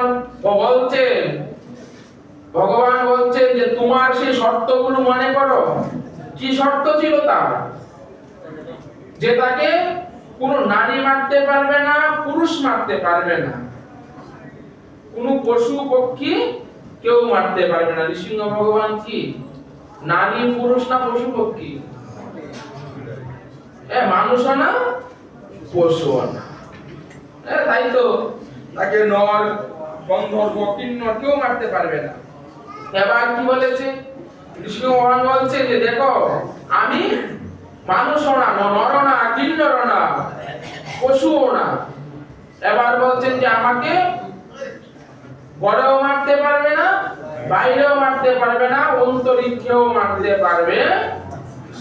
এবার বলছেন যে আমি তোমাকে ঘরেও মারলাম না, বাইরেও মারলাম না। কোথায় মারলাম? চৌকাঠে, ঘরের চৌকাঠে মারলাম। এবার বলছেন যে আমাকে এই কোন অস্ত্র শস্ত্র দিয়ে মারা যাবে না। ভগবান বলছেন আমি তোমাকে নখ দিয়ে মারলাম, আমি তোমাকে নখ দিয়ে মারলাম। বলছে আমাকে দিনেও মারা যাবে না, রাত্রেও মারা যাবে না। ভগবান বলেন বুধুলি লগ্নে তোমাকে মারলাম। বুধুলি লগ্নে, যখন দিনের শেষ রাত্রের শুরু, বুধুলি লগ্ন। এবার বলছেন আমার কোন মাসেও মারা যাবে না, বারেও মারা যাবে না। এখন কোথায় যাবে? এমন কোন মাস আছে যে মাস নেই, বার নেই? আছে? আপনাদের জানা আছে? হ্যাঁ, সকলেই জানি কিন্তু মনে নেই, তাই তো? হ্যাঁ, মনে নেই গো। সেটা হচ্ছে আমাদের পুরুষোত্তম মাস, যেটাকে আমরা মল মাস বলি। সেটাকে কোনো মাস বলা যায় না। আমরা মল মাসে কোনো মাস বলি? সেই মাসে কোনো পূজা হয়, বৈদিক কোনো কার্য হয়? বৈদিক কোনো কার্য হয় না, কিন্তু ভগবানের কাজ সব হয়। বৈদিক কার্যে সেই মাসে কিছু করা হয় না, কিন্তু সেই পুরুষোত্তম মাসে যদি কেউ সাত্বিক আহার করে ভগবানকে দিয়ে প্রসাদ পায়, বলছেন যে শত নিয়ম সেবার ফল হয়ে যায়। শত নিয়ম সেবার ফল হয়ে যায়। সেই হিরণ্যকশিপুকে মারার জন্য এই মল মাসের সৃষ্টি হয়েছিল।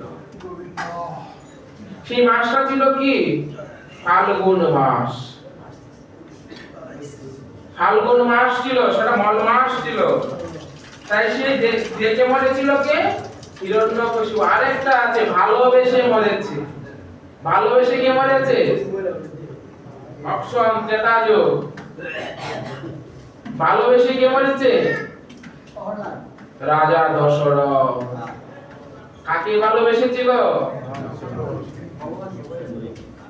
ভগবানকে ভালোবেসে মরেনি, কৈকেয়ীকে ভালোবেসে মরেছে। কৈকেয়ীকে ভালোবেসে মরেছিল, কারণ তার 750 স্ত্রী ছিল। আমরা জানি তিনজন প্রধান ছিল, কিন্তু তার 750 স্ত্রী ছিল। সেই 750 স্ত্রীর মধ্যে কৈকেয়ীকে সে সবচেয়ে বেশি ভালোবাসত। যখন যুদ্ধে যাবে তখন স্ত্রীকে নিয়ে যেতে হয় সঙ্গে করে, যুদ্ধে যাবেন তখন স্ত্রীকে নিতে হয়। যুদ্ধে যাওয়ার সময় স্ত্রীকে নিয়ে গিয়েছিল রথ পরিচালনা করার জন্য। আর সুযোগ বুঝে কৈকেয়ীও দুইটা বর চেয়ে নিলেন যে ভরতকে রাজ্যভার দাও আর রামকে 14 বছরের জন্য বনে দাও। আর রামের সুখে কান্না করতে করতে অন্ধ হয়েই দেখো ত্যাগ করলেন। দশরথ কিন্তু আমাদের এই বাবাদেরকে একটা কথা বলে গিয়েছিলেন, হ্যাঁ, যে নিজের স্ত্রীকে বেশি ভালোবাসবে না। সেটা অপ্রিয় হলেও সত্য, মায়েরা কিছু মনে করবেন না। বলছেন যে স্ত্রীকে যদি নিজের থেকেও বেশি ভালোবাসো, তাহলে আমি দশরথ বলে যাচ্ছি আমার মতো দশা হবে তোমার। যে স্ত্রীকে অধিক ভালোবাসে, যে চোখে হারায়, দেখবেন তার কোনো না কোনো কুকর্মের কারণ তার স্ত্রী হয়, দেখে নেবেন। তাই কেউ কি বলেছিল? ভালোবেসে কে মরেছে? দশরথ ভালোবেসে মরেছে। ভালোবাসবেন স্ত্রীকে, কিন্তু নিজের থেকে বেশি নয়। যে আমি তোমাকে আমার থেকেও বেশি ভালোবাসি, এটা ভালোবাসার কথা, তো জীবনে সেটা হয় না। কারণ যদি সেটাই হতো আমরা আদিকা যাবো না। আমরা লীলাতে ফিরে যাই। লীলাতে কোথায় ছিলাম? লীলাতে কোথায় ছিলাম? ভিক্ষা করে যখন ভগবানের উপরে যখন পা দিল, ভগবান যখন কচ্ছপ রূপে সেখানে ছিল, যখন পা দিল, পা পিছলে তার সমস্ত কিছু যমুনাতে চলে গেল। যমুনাকে বলছেন মারে তোর কি অতই ক্ষুধা, তোর এতই ক্ষুধা আমার বৈষ্ণব সেবার যত দ্রব্য ছিল সমস্ত তুই নিয়ে নিলি। তোর এত ক্ষুধা থাকলে নি আমাকেও খেয়ে নে, আমি আজ এখান থেকে আর উঠবো না। এই বলে যখন যাচ্ছেন, ভগবান ভাবছেন ও যদি মরে যায় তাহলে তো হবে না। ওর পিতাকে বলছেন, ও তোমার কি মায়া নেই? ছেলেটাকে কখন পাঠিয়েছো, দেখো তো তোমার ছেলেটা কোথায় কি করছে। ওই বলে যখন পিতা গিয়েছেন, গিয়ে দেখে ছেলে যমুনার জলে গলা জলে নামছে। এই বেটা উঠে আয়। যখন বললেন উঠে গেল। এবার পিতাকে সমস্ত কিছু খুলে বললেন। খুলে বলার পর পিতা বলছেন, তাহলে আজ আর বৈষ্ণব সেবা হবে না রে, চল দুইজনে মিলে যমুনাতে প্রাণ বিসর্জন দিয়ে দিই। এমন সময় মনে হলো যে আমরা যতবার বিপদে পড়েছি কৃষ্ণ তো রক্ষা করেছে, আজকে শেষবারের মতো কৃষ্ণকে একবার ডাক দেওয়া যাবে না? কৃষ্ণকে একবার ডাক দিই। এই বলে যখন কৃষ্ণকে ডাক দিলেন, কৃষ্ণকে বললেন, কৃষ্ণ তোর হাতের বাঁশিটা আমাকে একটু দিবি, তোর হাতের বাঁশিটা একটু আমাকে দিবি। বলছে কেন? বলছে এটা একটা অস্ত্র বানাবো।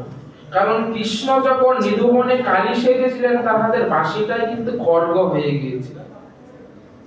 আর সেই কৃষ্ণের হাতের বাঁশিটা কি খড়গ করে নিয়ে তখন রাত্র হয়ে গিয়েছে। এক দোকানে বটু বলছেন, পিতা এই অস্ত্রটা দিয়ে সিং করে আমরা ওই দোকান থেকে গিয়ে কিছু চুরি করে নিয়ে আসবো বৈষ্ণব সেবার জন্য। বৈষ্ণব সেবার জন্য চুরি করে নিয়ে আসবো। এই বলে যখন দোকানে সেই সিংকুদে যখন দোকানে গিয়েছে, চারজনের জন্য, জয়নিতা এখন কথা বলবেন না, এই চারজনের জন্য যতটুকু প্রয়োজন, যতটুকু দ্রব্যের প্রয়োজন ততটুকুই গটু নিয়ে এসেছে। এবারে যখন পিতার হাতে দিলেন, পিতা বলছে, বাবারে সব যখন আনলি একটু মুখশুদ্ধি আনলি না, একটু মুখশুদ্ধি নিয়ে আয়। সেবার পর তো মুখশুদ্ধি দিতে হবে, ঘরে তো কিচ্ছু নেই। এই বলে যখন মুখশুদ্ধিটা আনতে গেলেন, ওইদিকে ভগবান দোকানিকে দিয়ে বলছেন, ও দোকানি উঠো, দেখো তোমার দোকানে চুরি হচ্ছে। তো তোমার দোকানে কে যেন চুরি করে নিয়ে যাচ্ছে। এই বলে যখন ছটফট করে বেরোতে যাবেন, তখনই এই যে পানের থালাটা যখন পড়ে গিয়ে শক্ত হয়েছে, দোকানি তো বলছে ঠিকই তো চুরি হচ্ছে। দোকানি উঠে ওই এমনি মাত্র দুইটা হাত আর মাথাটা যখন বের করেছে, দোকানি তার পায়ে ধরে ফেলেছে। গটুর পায়ে দোকানি ধরে ফেলেছেন। দোকানি গটুর পায়ে যখন ধরে ফেলেছেন, গটু তার পিতাকে বলছেন, পিতা তুমি এই মুখশুদ্ধি নিয়ে গৃহে যাও। বলছে কেন তুই যাবি না? বলছে আমার একটু বিলম্ব হবে, তুমি চলে যাও। বলছে তোর বিলম্ব হবে কারণ একসাথে আই যাই না। বাবা আমি যেতে পারবো না। গটুরে তোর কি কোনো সমস্যা হয়েছে? বলে পিতা আমার মনে হয় আর গৃহে যাওয়া হবে না। আমার আর গৃহে যাওয়া হবে না। কেন? কারণ আমাকে এই দোকানি ধরে ফেলেছে। বাবা দোকানি আমার পা ধরে টানছে, কখন যেন আমাকে ভিতরে নিয়ে যায়, তুমি চলে যাও। বলছে দোকানি যদি তোকে ভিতরে নিয়ে যায় বাবা, তাহলে এতদিন থেকে ধর্ম প্রচার করলাম, এতজনকে শিক্ষা দিলাম, কাল থেকে কি আমাকে চোরের পিতার অপবাদ সইতে হবে? আমাকে লোকে দেখে বলবে ওই দেখ চোরের পিতা যায়, তোকে তো বৃন্দাবন থেকে বের করে দিবে, মথুরা থেকে বের করে দিবে, কিন্তু আমাকে দেখে দেখে বলবে ওই দেখ চোরের পিতা যায়, চোরের বাবা যায়। কটুরে এতদিন শাস্ত্র অধ্যয়ন করে কি আমি কি এটা পাওয়ারই যোগ্য? কটু বলছেন, পিতা তুমি একটা কাজ করো। কি? বলছে ওই যে খড়গটা, ওটা দিয়ে তুমি আমার মস্তকটা কেটে নিয়ে চলে যাও। যদি লোকের মস্তক না থাকলে তাকে কেউ চিনতে পারে না। মস্তক না থাকলে আমাকে চিনতে পারবে না। আর যখন আমাকে চিনতে পারবে না, তখন তোমাকে চোরের পিতার অপবাদ সইতে হইবে। তোমাকে সইতে হইবে না চোরের পিতার অপবাদ। সে বলছেন, পিতা হয়েছিস,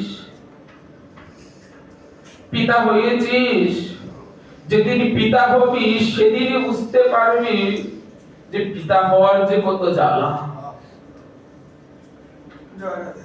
পিতা হওয়ার কত জ্বালা।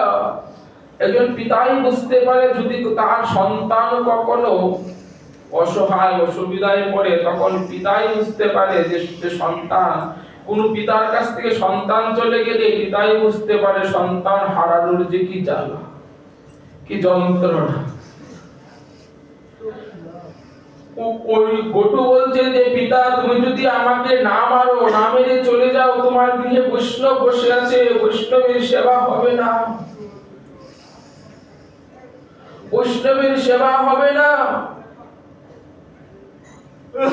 এইদিকে বৈষ্ণবের সেবা, আরেকদিকে পুত্র ওই চিন্তা করতে করতে পুত্রকে রক্ষা করবে না, বৈষ্ণব সেবা দিবে, পুত্রকে রক্ষা করবে না, বৈষ্ণব সেবা দিবে, ওই চিন্তা করতে করতে শান্তিপুরী মুনি হঠাৎ করে খড়গ দিয়ে পুত্রের মস্তকটা ছিদন করে দিলেন। যখন পুত্রের মস্তকটা ছিদন করে দিলেন, বটুর সেই কাটা মুন্ডটা কহ কৃষ্ণ কৃষ্ণ কৃষ্ণ কৃষ্ণ কৃষ্ণ কৃষ্ণ কৃষ্ণ কৃষ্ণ কৃষ্ণ কৃষ্ণ কৃষ্ণ কৃষ্ণ কৃষ্ণ কৃষ্ণ কৃষ্ণ। কাটা মুন্ডটা কৃষ্ণ কৃষ্ণ কৃষ্ণ কৃষ্ণ বলছে। হঠাৎ করে উনি সেই পুটলার মস্তকটাকে পুটলায় বেঁধে ছুটছেন দৌড়ি। কিছুক্ষণ পর কাটা মুন্ড আরো কতক্ষণ কথা বলে, কৃষ্ণ কৃষ্ণ বলতে বলতে হঠাৎ করে চুপ হয়ে গেল। যমুনাতে সেই কাটা মুন্ডটাকে ফেলে দিয়ে গৃহে গিয়েছেন বৈষ্ণবদের জন্য রন্ধন করতে। এইদিকে দোকানি যখন সেই দেহটাকে দোকানের ভিতরে নিয়ে গেলে, নিয়ে দেখছেন যে মুন্ডটা কাটা, বলছেন যে ডাকাতরা হয়তো চিনে ফেলবো দেখে মুন্ডটা কেটে নিয়েছে। তৎপরেই চেয়ে দেখে যে গলায় উপবিদ দেওয়া, গলায় উপবিদ দেওয়া, বইতে দেওয়া। বলছে তো ব্রাহ্মণ সন্তান, এত ব্রাহ্মণ, যদি মথুরার লোক জানতে পারে যে আমার গৃহে ব্রাহ্মণ হত্যা হয়েছে, তাহলে তো আমাকে আর গৃহে রাখবে না। তার ছেলেকে বলছেন, বাবা চল ওনাকে যমুনার জলে ফেলে দিয়ে আসি। বস্তায় বেঁধে কটুর সেই দেহটাকে যমুনার জলে ফেলে দিয়ে আসলেন। বাবা, কলিযুগে যখন মহাপ্রভু আসলেন, একদিন মহাপ্রভুর নাম সংকীর্তন করছেন। নাম সংকীর্তন করছেন কোথায়? নাম সংকীর্তন করছেন মাধবেন্দ্রের বাড়ির কাছে। মাধবেন্দ্র মহাপ্রভুর সঙ্গে নাম সংকীর্তন করছেন। তেমন সময় মাধবেন্দ্রের স্ত্রী ভগবানের জন্য রান্না করবেন, লাউ নিয়েছে। ওর কাছে লাউয়ের জায়গায় তার যে সন্তান এসে পড়েছেন সেটা সে দেখে লাউ ভেবে নিজের সন্তানকে আমান্য করতে লাগলেন, হরি নাম করতে লাগলেন। দেখুন নামে কেমন মজে গিয়েছে, বলছে নামে মস্তে হবে। হরির নাম করছেন আর তার শিশুটাকে আমান্য করছে লাউ ভেবে। আমান্য করে সেটাকে উনুনে যখন সিদ্ধ করছে, তেমন সময় মহাপ্রভু মাধবেন্দ্রের হৃদয়ে তার পুত্রীকে দেখার লালসা জাগলো। বলে আমার সন্তানটা একটু দেখে আসি। এই বলে যখন কীর্তন থেকে আসলেন সন্তান দেখতে, এসে দেখে স্ত্রী হরিনাম করছে, হরে কৃষ্ণ কৃষ্ণ কৃষ্ণ কৃষ্ণ হরে হরে, হরে রাম রাম রাম হরে হরে। হরিনাম করছে আর তার সন্তানটাকে আমান্য করে দিয়েছে। উনি বলছেন যে আমাদের সন্তান কোথায়? স্ত্রী দেখাচ্ছে ওই দিকে। কথা বলতে পারছেন না, হরি নামেই করছেন, কথা বলতে পারছেন না, শুধু দেখাচ্ছেন ওই দিকে। মাধবেন্দ্র পাগলের মতো হয়ে যাচ্ছেন, ও আমার সন্তান কই? তো কোনো কথা বলছেন না। তৎপরে মহাপ্রভুর চরণে গিয়ে লুটিয়ে পড়লেন, প্রভু প্রভু আমার কন্যাকে যেন খুঁজে পাচ্ছি না, আমার পুত্রীকে খুঁজে পাচ্ছি না, তুমি তন্ত্রজামী, তুমি বলো আমার পুত্রী কোথায়? মহাপ্রভু বলে দিলেন যে ওই উনুনের পাত্রেই তোমার কন্যা সিদ্ধ হচ্ছে। মহাপ্রভু বললেন এটাকে ওই জায়গাতে নিয়ে আসো। মহাপ্রভুর সম্মুখে নিয়ে আসলেন। মহাপ্রভু চতুর্দিকে সমস্ত বৈষ্ণবগণ নিয়ে যখন কীর্তন শুরু করলেন, চতুর্দিকে যখন কীর্তন করতে লাগলেন, কীর্তন করতে করতে হঠাৎ করে মহাপ্রভু বলে ঢাকনাটা খুলো। এবার যখন ঢাকনা খুললেন, ওই পাত্রে যেটাকে আমান্য করেছেন, সিদ্ধ করেছেন আমার গৌর হরি অশেষ অনুকম্পায়, সেই পাত্র থেকে কন্যার কান্নার রব এসে উঠল। কন্যার কান্নার রব এসে উঠল। তোর মহাপ্রভু পারে এমন কিছু নেই। আর সেই মুন্ড আর দেহ আলাদা হয়ে গিয়েছেন। আর ওইদিকে শান্তিপনি মণি গৃহে সেই ব্রাহ্মণদের রান্না করতে করতে প্রাতঃকাল হয়ে গিয়েছে। এসে বলছেন যে আপনারা আসুন, আসন গ্রহণ করুন, আপনাদের ভোজনের সব ব্যবস্থা হয়েছে। বলছেন যে মণিবর আমাদের তো ভোজন করব, কিন্তু ব্রহ্ম মুহূর্তের সময় হয়ে গেছে, প্রাতঃ স্নান করতে হবে, তাহলে আসুন যমুনা থেকে স্নানটা সেরে এসে ভোজন করব। তাহলে যান আপনারা কি স্নান করে আসুন। বলে না না, আপনাকে না নিয়ে যাব। উনি কি করে যাবে বাবা? কিছুক্ষণ আগে যার ছেলেটাকে নিজের হস্তে ছেলে কাটা মুন্ড যমুনাতে দিয়ে আসলো, পিতা কখনো যেতে পারে যমুনাতে? বলছেন যে আপনারা যান, আমি যাব না। ওনারা বলছেন যে আপনাকে না নিয়ে আমরা যাব না। এই বলে যখন নিয়ে গেলে, নিয়ে যাওয়ার পর যখন যমুনাতে নামবেন না, জোর করে নামিয়ে দিলে, নামিয়ে দেওয়ার পর যখন স্নান করছেন, স্নানের সময় বাবা শেষ হয়ে গেছে, তখন এই যে স্নানের সময় ছেলের সেই দেহটা বারবার এসে তার সঙ্গে ধাক্কা খাচ্ছে। ওই যে বস্তায় বলেছিল, বস্তার বাঁধনটা খুলে গিয়েছে, খুলে গিয়ে ছেলেটার দেহটা একদিকে ভাসছে, মুন্ডটা একদিকে ভাসছে, আর বেশে বেশে এসে এই শান্তিপনি মণির দেহে শুধু সে লাগছে।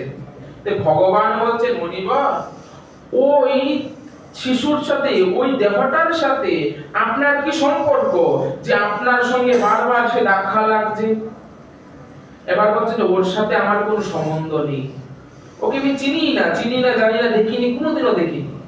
এক কথাই বলে দিলেন, কোনোদিনও দেখিনি। ভগবান বলছেন যে আমি কিন্তু ত্রিকালদর্শী, আমি সব বলতে পারি। আমি যদি ধ্যান করে জানি যে ওর সাথে আপনার কোন রক্তের সম্পর্ক আছে, আপনার গৃহে আমরা কেউ ভোজন করব না। ও বাবা যায়, এতক্ষণ পর্যন্ত যাদের জন্য এত কিছু, সন্তানের মস্তক নিজ হস্তে কেটে দিলেন বৈষ্ণব সেবার জন্য, এবার বৈষ্ণবরাই বলছেন যদি ওর সাথে কোনো সম্বন্ধ থাকে আমরা আপনার গৃহে সেবা করব না। কারণ কি করে করবে? ছেলের মাথা জোড়া না লাগে ভগবান যদি সেবা করে, তাকে কি ভগবান বলা যাবে? তখন শান্তিপনি মণি ভগবানের এই ব্রাহ্মণদের কাছে, বৈষ্ণবদের কাছে করজোড়ে বলছেন যে পূর্বের যত ঘটনা ছিল সমস্ত ঘটনা তাদেরকে খুলে বললেন, যেটা আমারই সন্তান। ভগবান বললেন আপনার সন্তান, আসুন আপনার সন্তানকে জোড়া লাগিয়ে দিন। এই বলে যখন দেহটাকে আর মস্তকটাকে একসাথে রাখলেন, প্রথমে ভগবান এটাকে চুইয়ে দিয়ে মন্ত্র বললেন, জোড়া লাগিয়ে দিন। এবার সাথে আর কে কে গিয়েছেন? সাথে কে কে গিয়েছেন? ব্রহ্মা, মহাদেব, নারদ মুনি। এবার ব্রহ্মাকে স্পর্শ করেছেন, যিনি সৃষ্টির কর্তা। কিছু লাভ হয়নি। এবার শিবজিকে স্পর্শ করেছেন, কোনো লাভ নেই। এবার ভগবান নারদকে বলছে, নারদ তুমি কি একটু স্পর্শ করে দেখো না। এবার বলছেন যে আপনারা কেউ পারলেন না, আমি চলে কি হবে, আমি আর কি জানি। হ্যাঁ, এই নারদের কিন্তু একটা কিন্তু মানে স্বভাব যেখানে যায় নারায়ণ নারায়ণ। হ্যাঁ, তো এই বলে যখন শিশুটাকে স্পর্শ করে, যখন নারায়ণ নারায়ণ নারায়ণ 3 বার উচ্চারণ করলেন, এবার কাটা মুন্ড জোড়া লেগে গেল।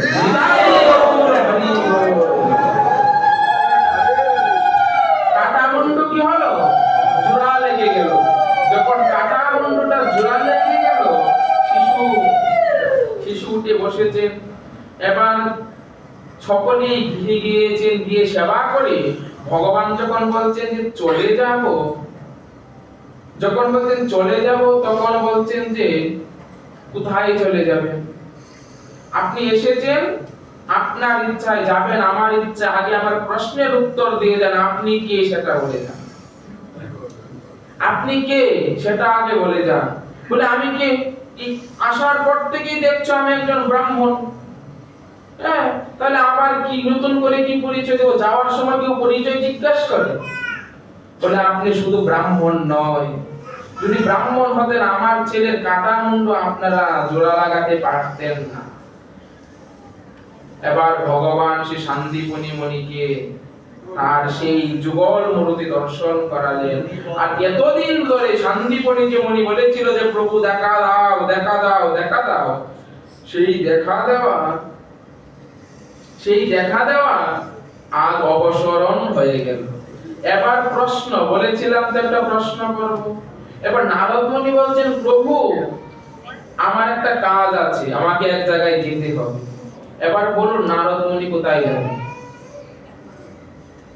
নারদ মুনি কোথায় যাবে? এতক্ষণ যে শুনছেন, এবার নারদ মুনি যাবে কোথায়? এই যে মহিলা, আচ্ছা মহিলাটা কে? যোগমায়া। যে যোগমায়া ছাড়া ভগবানের কোন লীলাই সম্পূর্ণ হতো না। সেই যোগমায়া দেবী দুর্গার কাছে যাচ্ছেন। দেবী দুর্গাই প্রশ্নটা করেছিলেন যে নারদ, ভগবানের নাম নিলে শেষ জীবনে তার কি পরিণতি হয়? এবার সেই মায়ের কাছে গিয়ে বললেন যে ভগবানের নাম নিলে শিলা জলে ভাসে, কাটা মুন্ডু কৃষ্ণ কথা বলে, কাটা মুন্ডু জোড়া লাগে, সদা সর্বক্ষণ আনন্দ নিত্যে থাকা যায়, অবশেষে গোলক ধামে ভগবানের চরণ।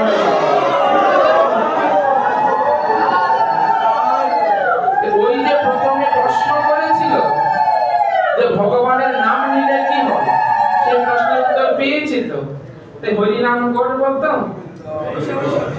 হরি নাম, গলায় মালা ধারণ করবো তো, প্রতিজ্ঞা করছি তো। এখানে সকলের গলায় তুলসীর মালা আছে, যাদের গলায় নেই হাত তুলুন তো। আপনাদের গলায় নেই মালা, হ্যাঁ মালা দিয়ে দিবেন বাবা। যে সম্প্রদায়ের থাকুন না কেন, যে সম্প্রদায়ের থাকুন না কেন, গলাতে যদি মালা না থাকে, তুলসীর হার না করে সার জমালয়ে তার, তিলক ধারণ না করে যে যেন বিফল জনমুখা। এই তুলসীর মালা যে ধারণ না করে মৃত্যুবরণ করেন, আপনাকে জমালয়ে নিয়ে যাবে যমদূতরা, বিষ্ণুদূতরা স্পর্শই করবে না। আর তিলক থাকতে দিবে, মরলে কপালে তিলক দিয়ে আর না দিয়ে কোনো লাভ নেই। মরলে তো মরেই গেলে, তাহলে তিলক দিয়ে না দিয়ে কি হবে? জমিতে যদি ফসল নষ্ট হয়ে যায়, তখন সার আর সেচ দিলে কোনো লাভ হবে না। না, ফসলটা থাকতে থাকতে সার সেচ দিতে হবে, তাহলে না লাভ হবে। তো সেই জন্য তিলকটা দিবেন তো, তিলকটা দিবেন, মালাটা গলায় দিবেন, আর হরি নাম করবেন, আর যা মন চাই তাই খাবেন। খাওয়া নিষেধ করছি না, কিন্তু করজোর করে বলছি যে তুলসীর মালা দিবেন, ললাটে তিলক দিবেন, হরি নাম করবেন, আপনার মুক্তি হয়ে যাবে। আস্তে আস্তে সাত্বিক পথে আসবেন না, দেখা যাবে একদম এই তিলক আর মালার কৃপায়, হরি নামের কৃপায় আপনাকে আসতে হবে না, টানতে টানতেই চলে আসবেন ভগবান।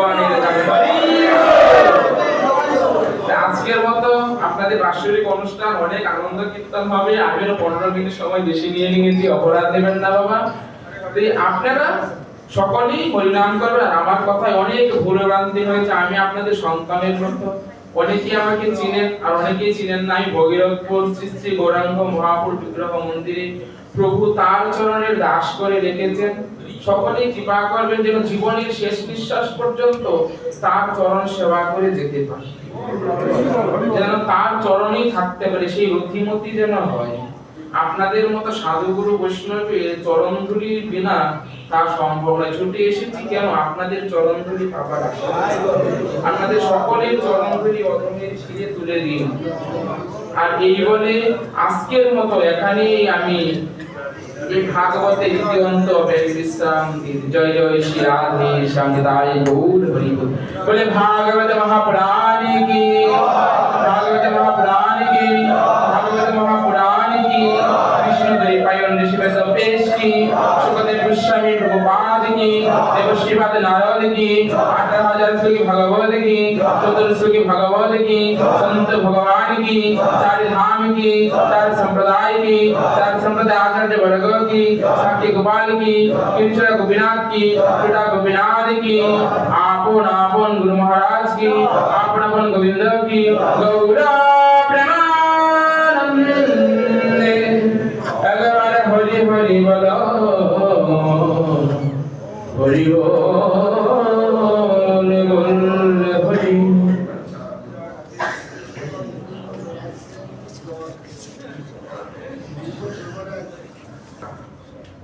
সেবা কি? সুখ।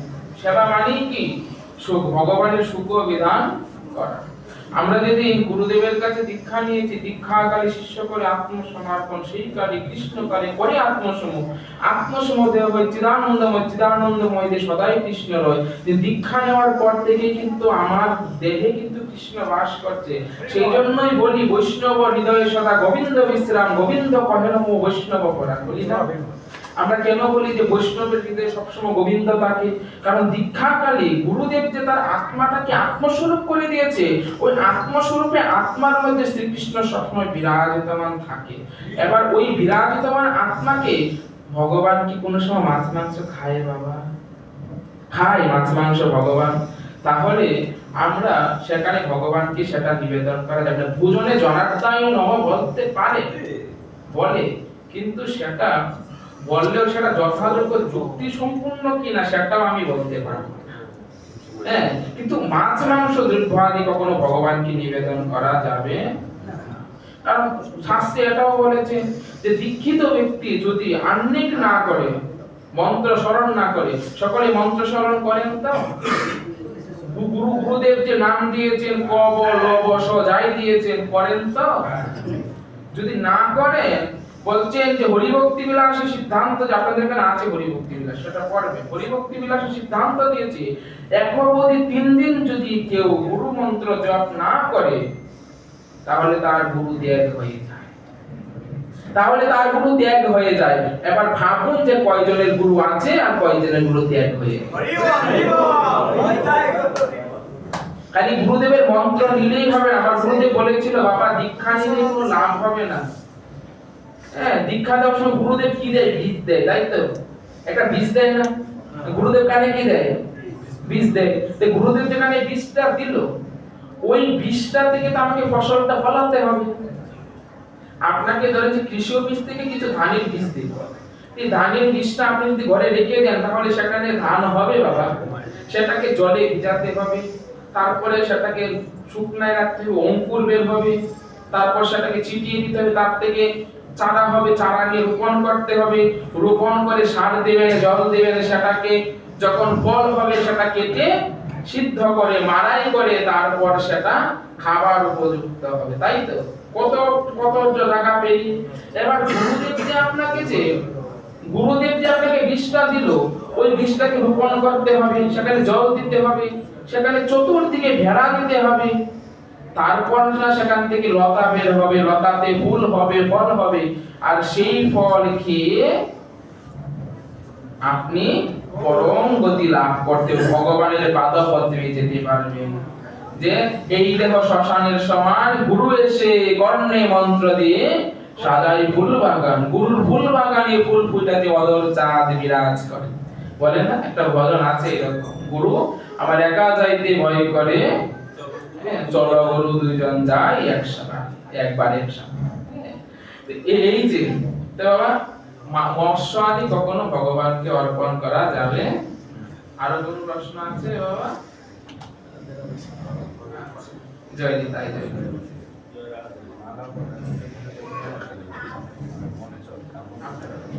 একটা ভক্তিমূলক গান গান প্রভু।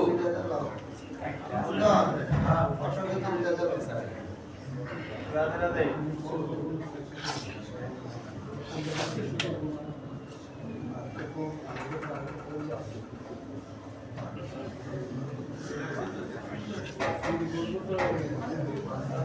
गुरु ब्रह्मानंदे हरे हरे भगवान हरे